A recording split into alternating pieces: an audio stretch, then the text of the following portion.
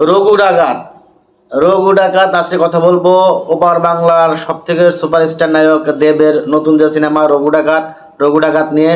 রঘু ডাকাত ইতিমধ্যে ঘোষণা হয়ে গেছে যে রঘু ডাকাতে কারা কারা অভিনয় করবে, যুক্ত হবে, এরকম একটা ঘোষণা হয়ে গেছে। কারণ আবারও নতুন করে ইদিকা পালকে নিয়ে এসেছে রঘু ডাকাতে।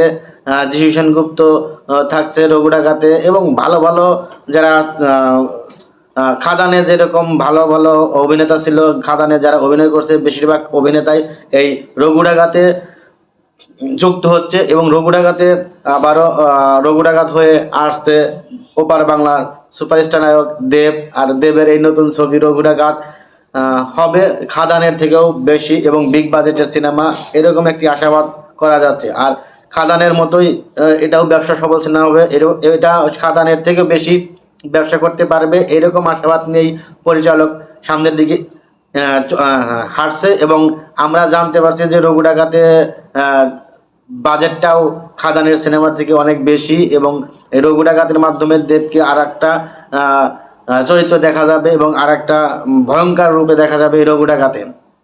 আর রঘু ডাকাতে যারা যুক্ত হয়েছে তারা অলরেডি ভালো ভালো অভিনেতা, বাঘা বাঘা অভিনেতা, এইরকমই মানে আশা করা যাচ্ছে যে রঘু ডাকাতে যারা এবার যুক্ত হবে তারা ভালো অভিনেতা এবং তারা খুব ভালো অভিনয় করতে পারে। যা খাদান সিনেমায় যারা ছিল তারাও এইখানেই রঘু ডাকাতেও যুক্ত হয়েছে। তো সবাই ভালো থাকবেন, সুস্থ থাকবেন। আজকে আমার ভিডিও এখানেই শেষ করছি। দেখা হবে নতুন কোনো ভিডিওতে। যারা এখনও আমার চ্যানেলটি সাবস্ক্রাইব করেন নাই অবশ্যই সাবস্ক্রাইব করে নেবেন। সবাই ভালো থাকেন। আল্লাহ হাফেজ।